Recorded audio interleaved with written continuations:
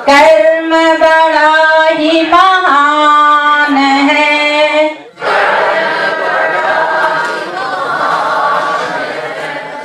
कर्म बड़ा ही महान। गीता का उपदेश कर्म का,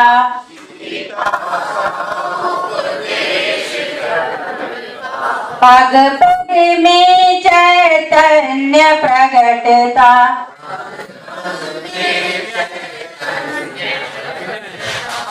आलस कैसा कर्म वीर को,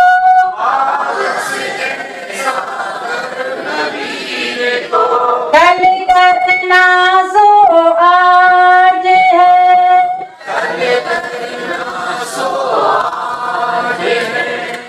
कर्म बड़ा ही महान है।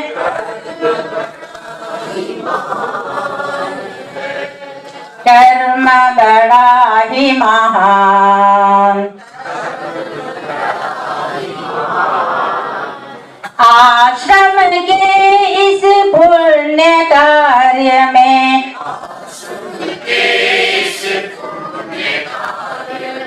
अपना जीवन समिधा होए।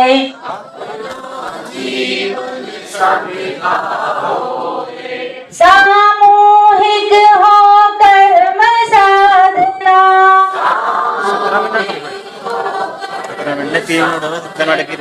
कर्म स्वयं भगवान है।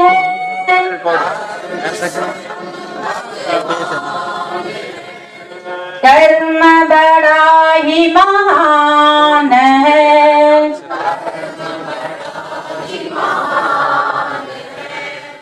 कर्म बड़ा ही महान। कार्य करे वह कार्य करता।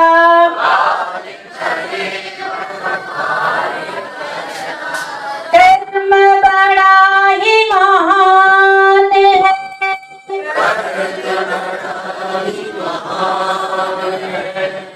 कर्म बड़ा ही महान है।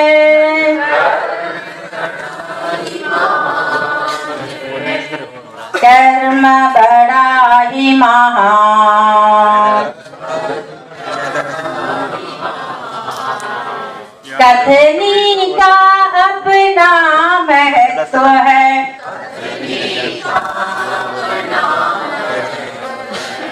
करनी फिर भी सदा श्रेष्ठ है।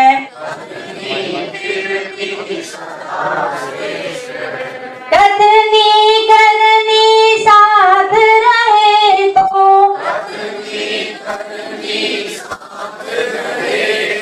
शक्ति अपरंपार है।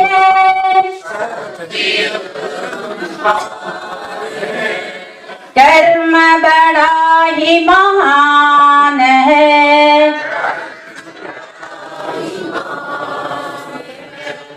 कर्म बड़ा ही महान।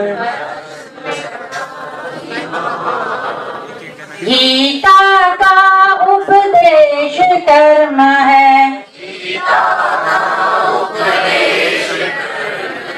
पग पग में चैतन्य प्रगटता।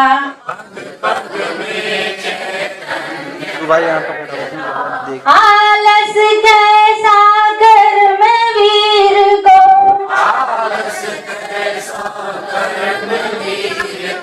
कल करना सो आज है।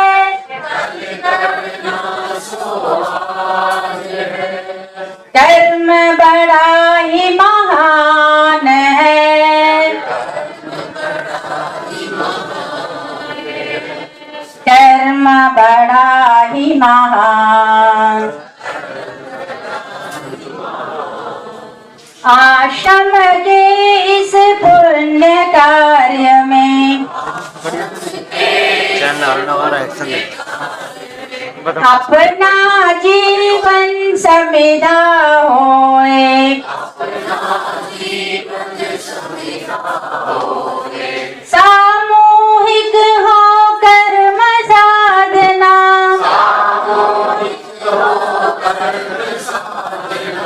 कर्म स्वयं भगवान है,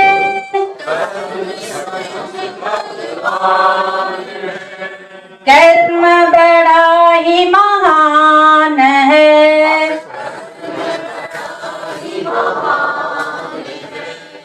कर्म बड़ा ही महान,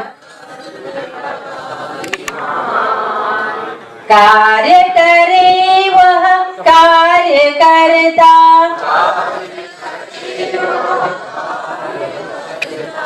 कर्म बड़ा ही महान है,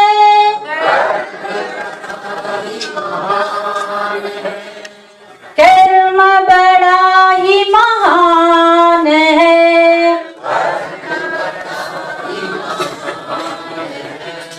कर्म बड़ा ही महान, कर्म बड़ा ही महान। दिया जलाएं, भरी दोपहरी में अंधियारा, सूरज परछाई से हारा, अंतरतम का नेह निचोड़े, बुझी हुई बाती सुलगाएं, आओ फिर से दिया जलाएं। हम पड़ाव को समझे मंजिल, लक्ष्य हुआ आंखों से ओझल, वर्तमान के मोह जाल में आने वाला कल न भुलाएं, आओ फिर से दिया जलाएं। आहुति बाकी यज्ञ अधूरा, अपनों के विघ्नों ने घेरा, अंतिम जय का वज्र बनाने, नव दधीची हड्डियां गलाएं, आओ फिर से दिया जलाएं, आओ फिर से दिया जलाएं। तू मैं एक रक्त, अपनी इस विचारधारा के साथ आज वनवासी कल्याण आश्रम दिल्ली प्रांत के उत्तरी विभाग द्वारा वनवासी कल्याण आश्रम का स्थापना दिवस मनाया जा रहा है, जिसमें आप सभी का आदर, आभार, अभिनंदन।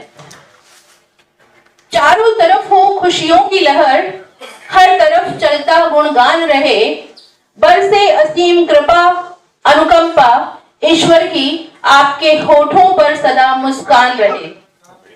अपने सभी गणमान्य अतिथियों का हम स्वागत करते हैं, हृदय की गहराइयों से अभिनंदन करते हैं। इस कार्यक्रम की शुरुआत में सर्वप्रथम मैं अभिनंदन करना चाहूंगी आज के हमारे मुख्य अतिथि श्री प्रकाश चंद्र अग्रवाल जी का, श्री डालचंद जी, श्री दिनेश बुरानी जी, श्री तिलक चांद्रा जी जो कि उपाध्यक्ष है वनवासी कल्याण आश्रम दिल्ली प्रांत के, और श्री सोहन लाल भाई साहब जी का। सबसे पहले हम ईश्वर का नाम लेते हैं, उनका नमन करते हैं। जिस भी कार्य को हम शुरू करते हैं, हमारे देश में यह परंपरा है कि हम ईश्वर के नाम के साथ शुरुआत करते हैं। दीप ज्योति जनार्दना, दीपो हर तू में बा।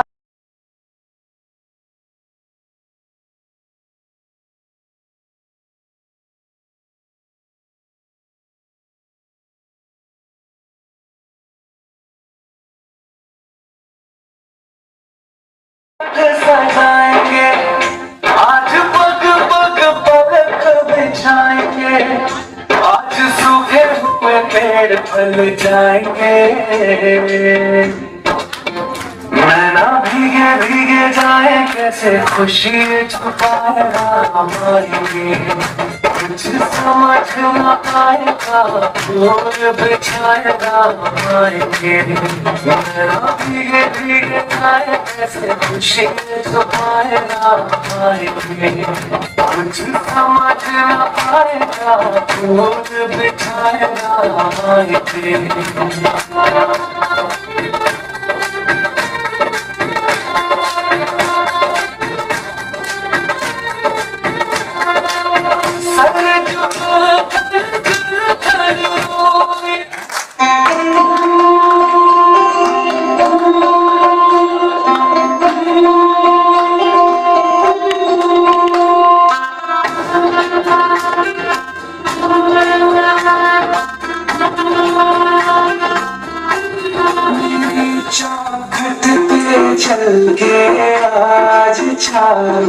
ढूंढ आए हैं। बजाओ ढोल स्वागत में मेरे घरों में आए हैं। कथा शबरी जैसे जुड़ गई मेरी कहानी से। आज मेरे दो आँखों के पानी से खुश है मेरे आंसू के प्रभु के आए हैं। स्वागत में मेरे आए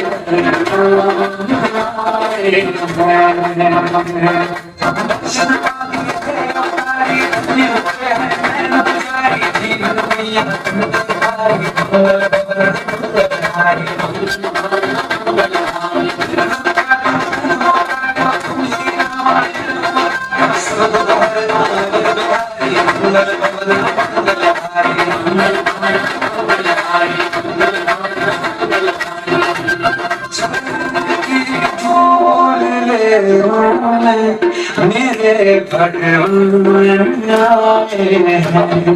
बजाओ ढोल स्वागत में मेरे भगवान आए हैं। चल के आज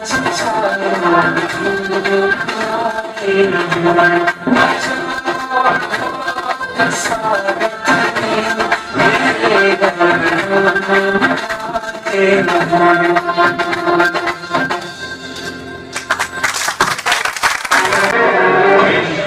कल्याण की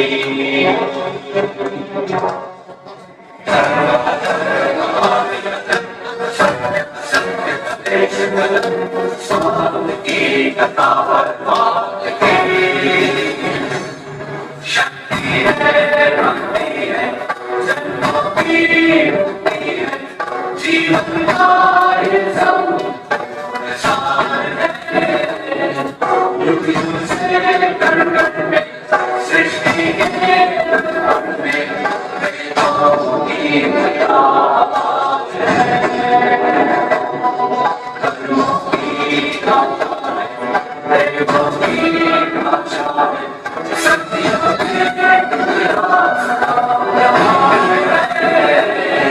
कृष्ण की महिमा है, गीता की गरिमा है, भारत में महान है।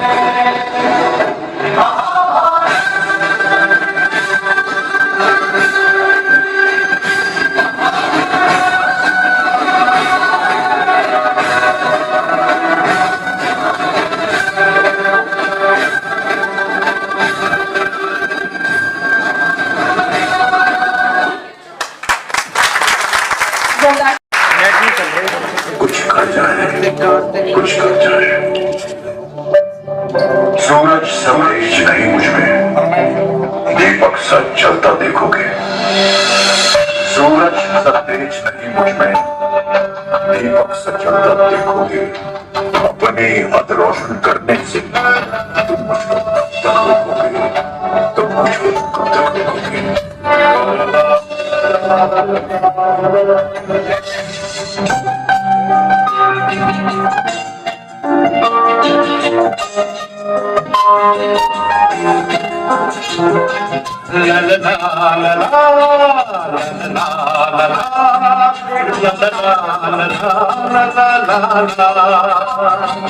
जीवन के दिन छोटे सही, हमने बड़े डुबाए। कल की हमें फुर्सत कहाँ, सोचे तो हम मत वाले। जीवन के दिन छोटे सही, हम भी बड़े दिल वाले।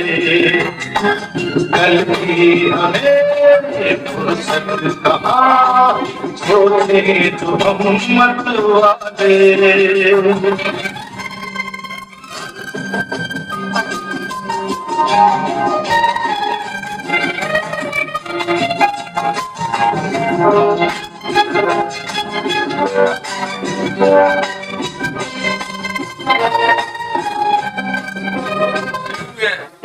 पर उस माटी का वृक्ष नहीं जिसको नदियों ने सींचा है, बंजर माटी में पल कर मैंने मृत्यु से जीवन खींचा है। मैं पत्थर पर लिखी इबारत हूँ, शीशे से कब तक तोड़ोगे? मिटने वाला मैं नाम नहीं, तुम मुझको कब तक रोकोगे? तुम मुझको कब तक रोकोगे?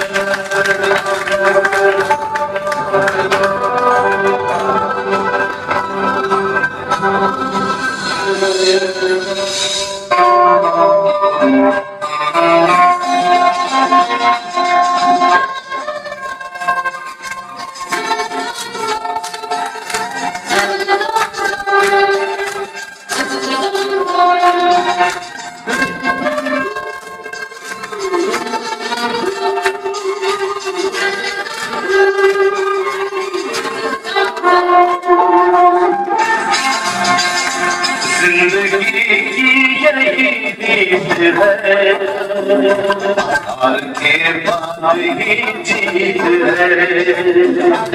जिंदगी की यही रीत है, हार के बाद ही जीत है। थोड़ी हंसी आज है तो कल है खुशी, जिंदगी की यही रीत है, हार के बाद ही जीत है।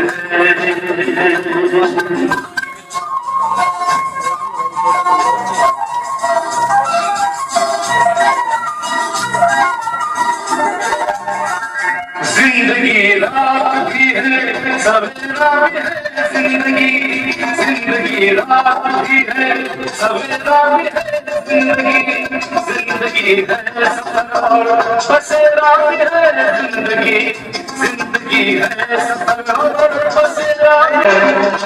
दूसरा सुख भरी छाओ है, हर नए पल नया गीत है, जिंदगी की यही रीत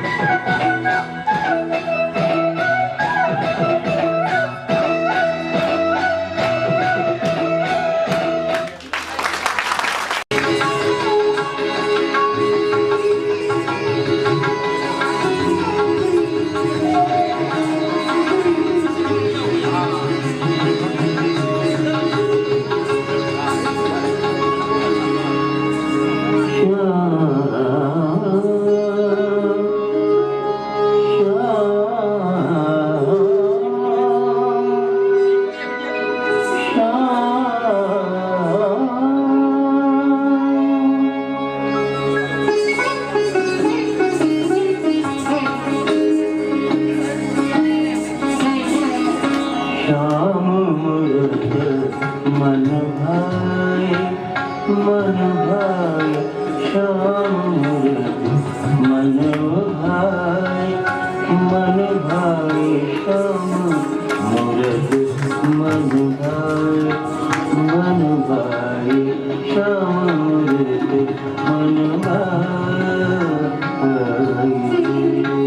मोर मुकुट सिर कटि पीतांबर मोर मुकुट सिर कटि पीतांबर करहूं बंसी सुहाए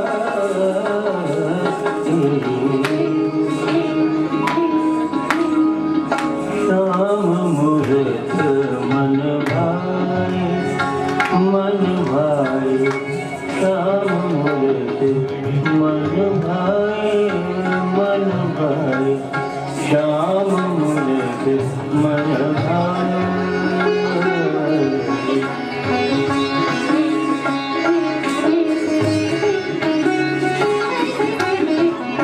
अधर विलोकत सब मुख तुमत अधर विलोकत सब मुख तुमत जन जन सबई मना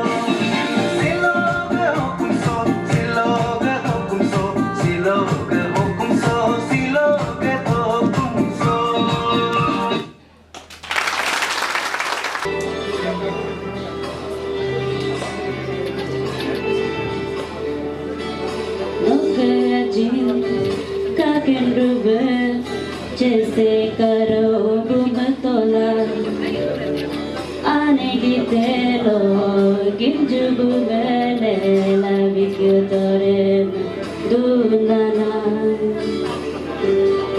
आई ako lole bandu मेले lari turingo na दूनाना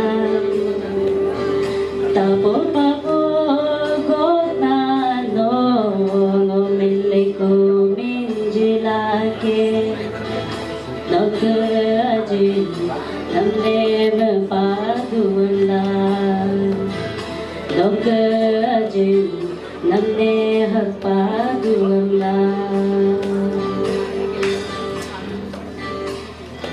Apar pomar ka kinjanam Nogamiliku minjilage Reviro botor menam Nogamiliku minjilage Nogaji namne padula Nogaji namne padula Thank you. मैं हमारे सोनला जी से एक अनुरोध करूंगा कि एक बार आके जरा धन्यवाद भी सबका करते हैं। हमारी बहन अर्चना जी भी हैं, यहाँ पे अर्चना त्यागी जी भी हैं, वो हमारी प्रांत महिला कार्यटोली सदस्य के परिचय मैं आपको दे रहा हूँ जरा एक बार। ठीक है सोना जी। कल्याण आश्रम उत्तरी विभाग का स्थापना दिवस के रूप में मना रहे हैं और इसकी पूरी जो मार्गदर्शन किया हमारा दालचंद जी ने, उनका मैं आभार प्रकट करता हूँ। उन्होंने पूरे संक्षेप में हमें बताया वनवासी कल्याण आश्रम कैसे काम करते हैं। आज के इस प्रोग्राम के लिए सबसे पहले मैं अगर शहर के प्रधान श्री जितेंद्र सिंह जी और उनकी टीम को बहुत बहुत आभार प्रकट करता हूँ। उन्होंने हमारे इस प्रोग्राम करने के लिए स्थान दिया, उनका मैं आभार प्रकट करता हूँ।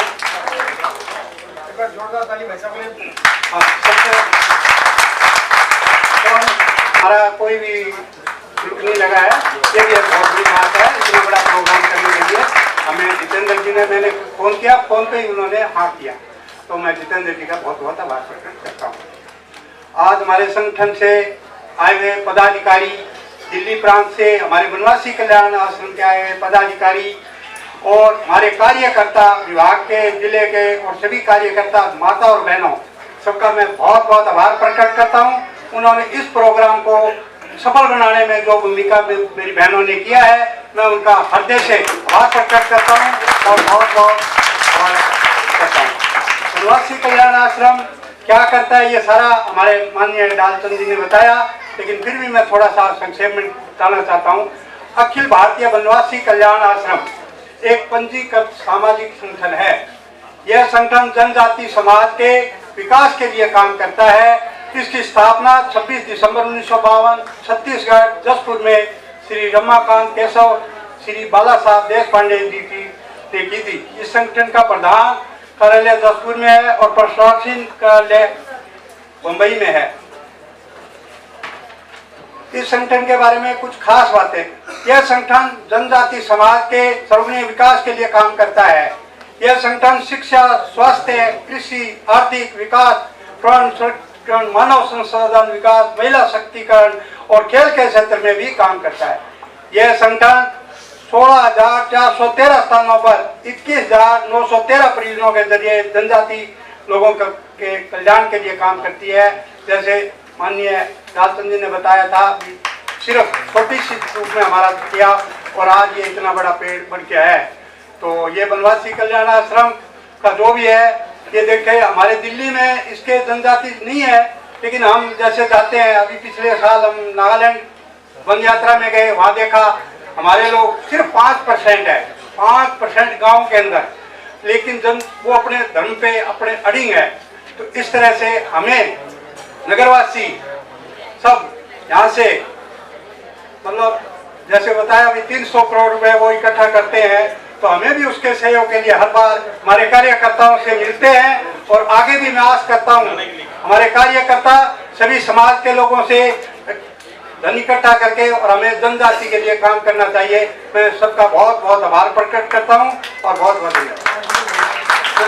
हाँ, मैं प्रकाश जी जो आज समय निकाल के हमारे प्रधान अध्यक्ष के रूप में काम किया, मैं उनको समय निकाल के आए और प्रकाश जी का बहुत बहुत आभार प्रकट करता हूँ। बहुत बहुत धन्यवाद। जोगनी राज चौगनी वनवासी कल्याण आश्रम ऐसे ही सेवा करता रहे, समाज के उत्थान के लिए कार्यक्रम करता रहे। जय श्री राम। भंडारी जी, ये तो गीत इन्होंने प्रस्तुत किया है। दीप प्रज्वलन करने में श्री डालचंद जी, श्री दिनेश खुरानी जी, श्री तिलक चान्ना जी और सोहन लाल जी एवं समस्त उपस्थित सज्जनगण, आप सबका इस कार्यक्रम में मैं अभिनंदन करता हूँ, वंदन करता हूँ और आपकी उपस्थिति को नमन करता हूँ। मैं कुछ कह नहीं पाऊंगा, तदुपरांत जो थोड़ी बहुत मेरी जानकारी है कि ये वनवासी कल्याण आश्रम, वनवासी कल्याण आश्रम, वनवास मतलब जो जंगलों में रहने वाले सुदूर ग्रामीण होती है, लेकिन हमें मन से व्यक्ति के लिए सहयोग करना चाहिए और सदैव तत्पर रहना चाहिए कि हम लोग सहयोग कर सकें।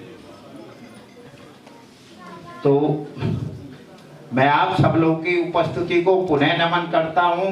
मेरे से बुजुर्ग हैं, उनके चरणों में प्रणाम करता हूं, मैं तौर पर नमन करता हूं। आपसे एक बात पूछनी थी मुझे। अब छोटा बच्चा, छोटा मतलब 7वीं 8वीं का रहा होगा, साल भर ही तो हुआ है, इससे ज्यादा का नहीं होगा, तो उनको लगा के भाई छोटा बच्चा क्या पूछना चाहता है, तो उनका पूछो कोई बात नहीं। तो उसने कहा अंकल जी, यहाँ आने से पहले सारा देश जैसा हमको बताया जाता था, हमें साल भर हो गया यहाँ आए हुए, वैसा तो देश नजर नहीं आता है। अब छोटा सा बच्चा देखो, बहुत सारी बातें बच्चे ऐसे सीखते हैं जो हम नहीं सिखाते हैं, लेकिन वो सीख जाते हैं। बहुत सारी बातें ऐसी होती है हमें पता ही नहीं पड़ता, कई बात तो हमने सिखाई नहीं, लेकिन ये बच्चा सीख गया। अब इन्होंने पूछा भी तुम्हें कैसा बताया जाता था भारत, क्या वहां तो पादरी लोग ऐसा कहते थे कि सारा देश तो जैसे यहाँ पर ईसाई बहुल है, थोड़े बहुत हिंदू बचे हैं, ऐसे ही सारे देश की स्थिति है, तो सारा देश तो ईसाई बन गया है, तुम थोड़े से बचे हो, देर क्यों लगाते हो, जल्दी से बनो, एक दिन तो तुम्हें भी बनना ही है फिर। लेकिन यहाँ में साल भर रहते हुए हो गया, यहाँ तो मैं कोई भी ईसाई नजर नहीं आता है, यहाँ तो सब हिंदू ही नजर आते हैं। तो इसका मतलब क्या पादरी लोग झूठ बोलते थे? तो एक तो ये काम, हमारे काम के कारण से ये उपलब्धियां हुई कि पादरी लोग कैसे बहकाते हैं झूठ बोल के, ये वहीं के लोगों को पता लग गया, तो झूठ बोलते हैं। और दूसरी बात क्या है कि जब कार्यकर्ता हमारे संपर्क के लिए जाते थे 1980 के बाद, तो संपर्क में बातचीत करते करते परिचय होता था तो पूछते थे are you coming from India, तो इनको लगता था अरे ये क्या बात है भाई, ये भी तो भारतीय है। देश के किसी भी प्रांत में जाओ, कहीं कोई ये नहीं पूछता are you coming from India, यहाँ ये क्यों पूछ रहे हैं। तो सारे देश के सामने ये बात खुल गई कि जो ईसाई बनाया जा रहा है, ये इसलिए नहीं बनाया जा रहा है कि इनका धर्म बदलना है, ये इंडियन ना रहे इसलिए बनाया जा रहा है। और ऐसी स्थिति लाने में इनको कुछ क्षेत्रों में सफलता मिल गई है, तभी तो वो पूछते हैं are you coming from India. दूसरी बात ये पता लगी और अपने काम की उपलब्धि की ये है कि आज कहीं भी नॉर्थ ईस्ट में जाएंगे तो ये स्वर सुनने को नहीं मिलता है are you coming from India. तो दूसरी उपलब्धि ये भी है, और ईसाईकरण पर लगाम भी लगी है और थोड़ा वापसी भी हुई है, कार्यकर्ता भी खड़े हुए हैं। तो ये जो मैंने बताया 25 साल के अंदर ऐसी स्थिति आना, संसाधन हमारे कितने हैं, तो संसाधन तो उनकी संसाधनों की अगर तुलना करें तो मैं एक आंकड़ा बताता हूँ।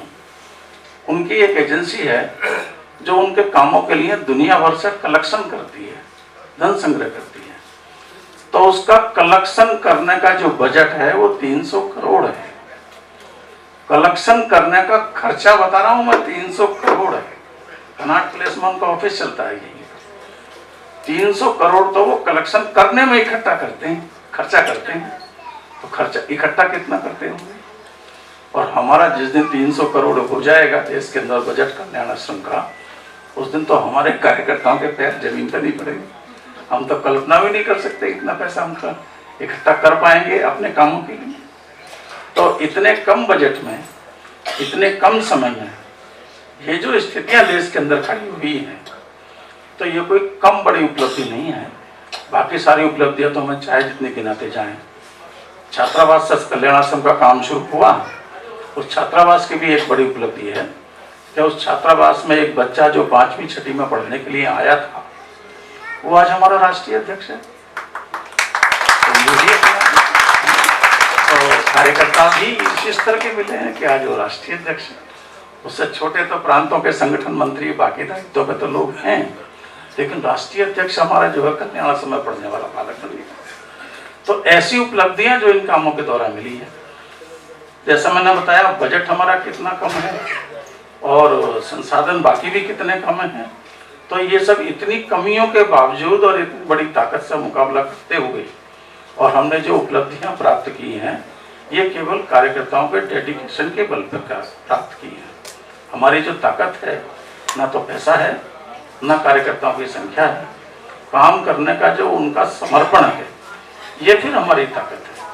जो एक बात है कि मुझे काम सौंपा है तो मुझे करना है, फिर मुझे ये भी नहीं पूछना है कि कैसे करना है, ये भी मुझे को सोचना है कैसे करना है काम। तो ये जो मन का भाव है, ये जो हम संघ में सीखते थे, आज ये स्वतः ही और जनजातियों के बीच में काम करते करते वहाँ पर रहने वाले लोग भी इसी भाव से प्रेरित होकर और अपना पूरा समय देने लगे हैं, काम भी करते हैं। उत्तराखंड में जो हमारे गाँव में प्रोजेक्ट चलाने वाले जो कार्यकर्ता हैं, तो एक भी पुरुष कार्यकर्ता 450 गाँव में काम चलता है, जिसमें संस्कार केंद्र भी हैं और आरोग्य रक्षक भी हैं, सिलाई सेंटर भी हैं, कंप्यूटर सेंटर भी हैं। तो उन 450 गाँव में एक भी सेंटर चलाने वाला कार्यकर्ता पुरुष कार्यकर्ता नहीं है, 100% बहनें हैं। तो इतनी बड़ी संख्या में बहनों में भी कार्यकर्ता गाँव में भी खड़ी हुई हैं, नगरों में भी खड़ी हुई हैं। नगरों का हाल तो हमारे विभाग संचालक जी ने आपके सामने बता ही दिया। उनका मन ही ऐसा हो गया कि उनको वो बताने से रोक नहीं पाई। तो ये जो हमारी एक प्रकार से भले ही 1952 में शुरू हुआ कल्याण आश्रम, लेकिन ये जो दृश्य दिखाई पड़ता है सारे देश के अंदर परिवर्तन का, तो जो सोशल चेंज का दृश्य दिखाई पड़ता है कि आज कोई नहीं कहता कि are you coming from India, कोई नहीं कह सकता कि सारा देश ईसाई हो गया है, तुम थोड़े से बच्चे हो। ये सब जो स्थितियां खड़ी हुई हैं, तो ये सोशल चेंज ही नहीं तो पॉलिटिकल चेंजेस भी जो दिखाई पड़ते हैं, उसकी चर्चा करना कोई खास बात नहीं है। वो पॉलिटिकल चेंजेस भी हमको मालूम है जो दिखाई पड़ते हैं उन क्षेत्रों में। तो ये सब उपलब्धियां हमारी 1952 से अब तक की नहीं है, तो 1980 से अब तक की हैं। 25 ये कितने साल हो गए? 45 साल समाज जीवन में परिवर्तन लाने के कोई बड़े काल नहीं होते हैं। हम कोई भगवान राम तो है नहीं कि 14 साल में ही परिवर्तन कर देंगे, है ना जी। तो 45 साल बड़ा कालखंड नहीं होता है। ये सारी उपलब्धियां हमने हासिल की हैं, लेकिन ये पर्याप्त नहीं है, चुनौतियां अभी भी बहुत हैं। तो हम सब अगर इसी सक्रियता से सहयोग करेंगे तो अगले 45 साल में हो सकता है ये परिस्थितियां निर्मूल भी हो जाए।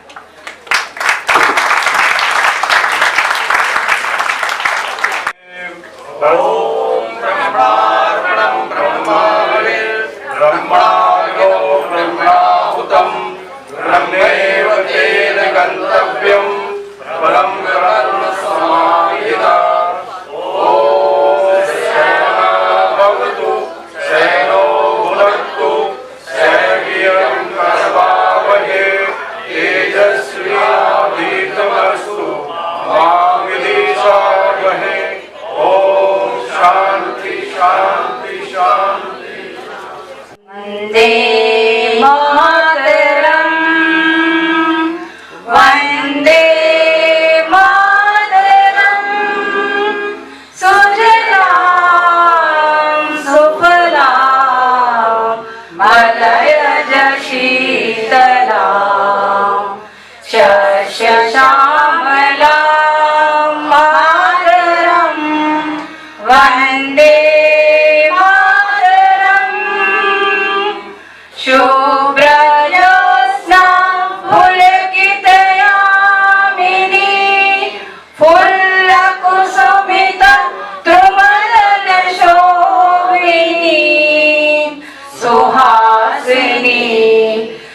मधुर भाषणी सुखदां वरदां मातरं वन्दे मातरम् कोटि कोटि कंठ कल कल निनाद कराले कोटि कोटि भुजल कृत कर करवाले अब के नुमाए तो भले बाहुबल धरणी नमामि करणी रिपुदल वरणी मातरं वन्दे मातरम् तुम्ही विद्या तुम्ही धर्म तुम्ही हृदय तुम्ही मर्म त्वं हि प्राणा शरीरे बाहुते तुम्ही मा शक्ति हृदये तुम्ही मा भक्ति तुम्हारो ही प्रतिमा गढ़ी मंदिरे मंदिरे वन्दे मातरम् त्वं हि दुर्गा दश प्रहरधारिणी कमला कमलदल विहारिणी वाणी विद्या दायिनी नमामि त्वां नमामि कमला अमला अतुला सुजला सुफला मातरं वन्दे मातरम्